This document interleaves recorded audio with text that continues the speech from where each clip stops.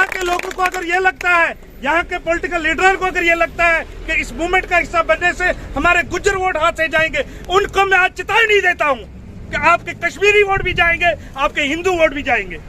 एजाज साहब जिंदाबाद। आप किसी के सके नहीं हो, आप ना गुजरों के सके हो, न कश्मीरियों के, न हिंदुओं के। आप अगर हमारे सके होते आज आते हमारे पास, हमारे साथ चलते। आपकी तरह मुझे भी कारोबार है, आपकी तरह मुझे भी दुनियादारी देखनी है, लेकिन तमाम चीजों को छोड़ के अगर आज के आपके बीच में आया हो, इसके पीछे कोई वजह है। यहाँ की आवाम जो इस टाइम पे आराम से घर में सो रही है, आने वाले टाइम में उनकी नस्लें बर्बाद हो जाएंगी, उनको जगाने के लिए आया। मुझे पता है ऐसी मूवमेंट स्टार्ट करने से किसी के वोट खराब होते हैं, किसी के वोट बनते हैं। ना मुझे वोटों की जरूरत है, ना किसी पॉलिटिकल पार्टी की जरूरत है। मैं अगर बात करने आया हूँ, मैं कुल्लूदान के लोगों को जगाने के लिए आया हूँ। आपके सामने रजौरी डिस्ट्रिक्ट की बाउंड्री है, वहां पे इन्होंने पहाड़ी रिजर्वेशन दिया, और जबकि इधर इस साइड ज्यादा बर्बादी है। हमारे लोग मजदूरी करने बुदल में जाते हैं, हमारे लोग नौकर रहने बुदल में जाते हैं, रजौरी पुंछ के लोगों के साथ नौकरी करते हैं, 5-5 हजार रुपए तनख्वाह पे पूरा महीना लगाते हैं, और उनको रिजर्वेशन देके हमें महरूम रख के गवर्नमेंट ने हमारे साथ ज्यादती की है। और इसी आवाज को बड़े अफसोस की बात है कि यहाँ की आवाम इतनी इंफॉर्मेशन देने के बाद भी आज मौजूद थी।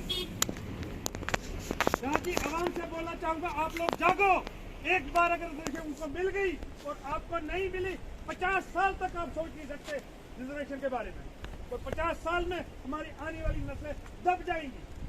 हमारी नौजवान यूथ, पढ़े लिखे नौजवान सारे दर बदर की ठोकरें खा रहे हैं। मजबूरन वो कोई क्रिकेट खेल रहा है, कोई हॉकी खेल रहा है, कोई इधर जा रहा है, कोई घूमने जा रहा है। उनसे दरख्वास्त करूंगा, खेल सारी उम्र चलता रहेगा, लेकिन ये जो मूवमेंट का हिस्सा है इसमें पार्टिसिपेट करें और सुनहरी लफ्जों में अपना नाम दर्ज करें। मुझे अफसोस है यहाँ के लीडरों पे कि क्या सोच के हमने उनको वोट डाले, इतनी देर इक़्तिदार में रखवाया, इतनी देर कैबिनेट मंत्री बनवाया। आज जब हमारे हुकूक की बारी आई है और वो गायब हो गए, हमें किसी गुज्जर बकरवाल से कोई एतराज नहीं है। उनका जो 10% कोटा वो एज इट इज रहे, लेकिन पहाड़ी रिजर्वेशन में हमारा नाम इंक्लूड किया जाए। यहाँ के लोगों को अगर ये लगता है, यहाँ के पॉलिटिकल लीडर को अगर ये लगता है कि इस मूवमेंट का हिस्सा बनने से हमारे गुज्जर वोट हाथ से जाएंगे, उनको मैं आज चेतावनी देता हूँ कि आपके कश्मीरी वोट भी जाएंगे, आपके हिंदू वोट भी जाएंगे। एजाज साहब जिंदाबाद। आप किसी के सके नहीं हो, आप ना गुजरों के सके हो, न कश्मीरियों के, न हिंदुओं के। आप अगर हमारे सके होते आज आते हमारे पास, हमारे साथ चलते। मैंने कितनी बार दरख्वास्त किया, आप लोग आओ हमें लीड करो, मैं पीछे चलने के लिए तैयार हूं। मुझे शौक नहीं है लीडरी करने का, मुझे शौक नहीं है इस मूवमेंट को चलाने का, लेकिन जब कोई लीडर आगे आके राजी नहीं है, मुझे मजबूरन आना पड़ता है। आज मातमदारी की वजह से लोग शामिल नहीं हो पाए, लेकिन मैं उनसे दरख्वास्त करूंगा, उनके बच्चों से दरख्वास्त करूंगा, आप बच्चे पढ़ा किस लिए रहे हो? हमारे पास 20% कोटा था आरबीए का, वो खत्म कर दिया गया, 10% कर दिया। अब 10 को डाइल्यूट कर रहे हैं, और जो बची खची आरबीए बची उसमें कंडीशन ऐसी इंपोज की जा रही है, अगर एक बंदे का भी आरबीए बन पाए, मैं जो शर्त लगाओगे पूरी करूंगा। जानबूझ के यहाँ की आवाम को महरूम रखा जा रहा है। आप अंदाजा लगाओ, लिटरेसी रेट अगर चेक की जाए, लिटरेसी रेट होता है तालीम का अगर रेशो चेक किया जाए, पुंछ रजौरी हमसे चौथे और 5वें नंबर पे है, और हमारा जो डिस्ट्रिक्ट रियासी है, रामबन है, ये 9वें और 10वें नंबर पे है। इस टाइम पे हमारे गेजेटेड ऑफिसर पुंछ रजौरी से आके यहाँ नौकरी करते, यहाँ वाले कहाँ हैं? यहाँ वाले हुए ही नहीं है, सिलेक्ट नहीं हो पाए। हम हर तरीके से हमें दुत्कारा गया, हर तरीके से हमारे एरिया को पसमानदा रखा गया है। डरो मत, अपने हक मांगने के लिए कोई नहीं तुम्हें छीनेगा, कोई नहीं तुम्हें रोकेगा।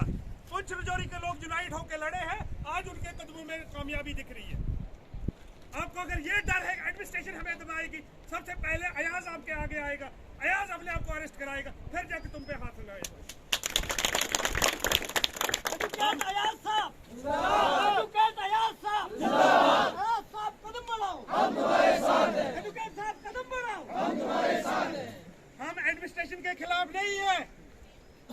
हमने डीसी के खिलाफ कोई धरना नहीं लगाया है, ना ही हम गवर्नमेंट के खिलाफ है। हम बोल रहे खुदारा हमारे दर्द को समझो, हमारी आने वाली नस्लों को बर्बाद मत करो। ये कोई पॉलिटिकल अदारा नहीं है, पॉलिटिकल जलसा नहीं है जो किसी को लगता मैं पीडीपी का हूँ यहाँ कैसे आऊंगा। हमारे साथ शफीक साहब जुड़े हैं, हमारे साथ साजिरा जी जुड़ी है, हमारे साथ और बड़े लीडर जुड़े। लेकिन अफसोस जिनको कैबिनेट मंत्री बनाया हमने, अफसोस जिनको एमएलए इतने साल रखा गया, आज वो बात करने से डरते हैं। क्यों डरते हैं? गुज्जर वोटों का डर है। अरे हमने भी गुज्जरों के साथ लड़ाई थोड़ी लड़नी है। हम गुज्जरों के खिलाफ नहीं है, हम बकरवालों के खिलाफ नहीं है। हम तो बोलते हैं उनका कोटा उनको दो। लेकिन अगर पुंछ रजौरी यहाँ से आगे पहाड़ी तुम्हें दिखता है, इस साइड ऐसी कौन सी चीज है? कौन से चांद तारे लगे हैं? कौन सी ऐसी डेवलपमेंट है? कौन से ऐसे गजेटेड ऑफिसर्स है? कौन से हमारे स्कूल सुधारे किए हैं? कौन से हमारे हॉस्पिटल यहाँ अच्छे हैं? कौन सी सड़कें हमें मुहिम की गई है? हमें अभी पुंछ रजौरी के इलाके को टच करने के लिए 50 साल लगेंगे और हमें रिजर्वेशन नहीं है, उनको रिजर्वेशन। वाह जी वाह, इंसाफ करने वाले, तूने क्या इंसाफ किया है? जीडी शर्मा कमीशन अपने एयर कंडीशन कमरों से बाहर तो निकले, इन इलाकों का दौरा तो करे। किस चीज का इतना पैसा सेंट्रल गवर्नमेंट उनको दे रही है? क्या उनको बहुप्लाजा ऑफिस से बाहर नहीं निकलना है? उनकी ड्यूटी नहीं बनती है कि इलाके का दौरा करे? मैं चंद दास्तान लेके जाऊंगा, उसी को मानेंगे? वो आवाम जो आज तक अपनी आवाज नहीं पहुंचा पाई, उन तक उनको नहीं पहुंचना है। 3-3 लोगों का कमीशन किस लिए बनाया गया है? लाखों रुपए किराया किस लिए दे रहे हो? ये ड्रामा नहीं चलेगा। यहाँ की आवाम जागेगी, यहाँ के लोग अपना हक मांगेंगे। आज यहाँ पे जलसा रखने का, आज यहाँ पे पैदल चलने का सिर्फ मतलब यह है कि हम बता पाए जनाब इस साइड और इस साइड में हमें फर्क बताओ क्या है। वरना मैं चसाना हेडक्वार्टर में रख सकता था, मोहर हेडक्वार्टर में रख सकता था, इससे 10 गुना लोग ज्यादा होते। गुलाबगढ़ में रख सकता था, लेकिन यहां रखने का कोई वजह है? वजह यह है कि हम दिखा पाए कि भाई दोनों तरीके एक जैसे हैं, दोनों तरीके की आवाम एक जैसी है, रहना सहना एक जैसा है, खाना पीना एक जैसा है। उल्टा हम बिछड़े हुए हैं, इसलिए कुडरदान के नाले में जमा हुए हम। मुझे एडमिनिस्ट्रेशन से रिक्वेस्ट है कि नीचे छाने में रखो, 2 घंटे की जगह 4 घंटे आप बैठो। लेकिन मैंने इसलिए कहा कि हम इस जगह पे आके दिखाएं कि इस बाउंड्री में ऐसी कौन सी चीज है कि हमें महरूम रखा जा रहा है।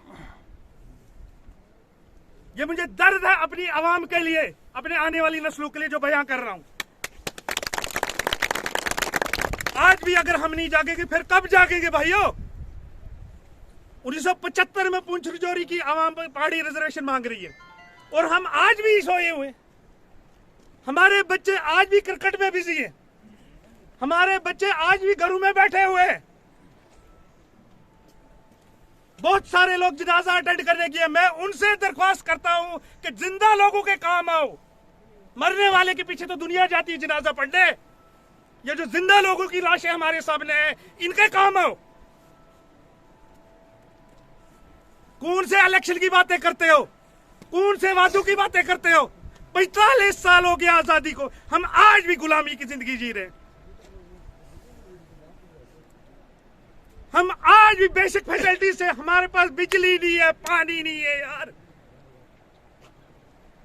दुनिया चांद पे चली गई और अब हम बिजली और पानी आज मांग रहे हैं, वो भी हमें दे नहीं रहे।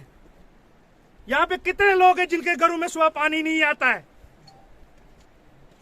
कितने इलाके, कितनी पंचायतें हैं जहां पे बिजली नहीं पहुंच पाई है?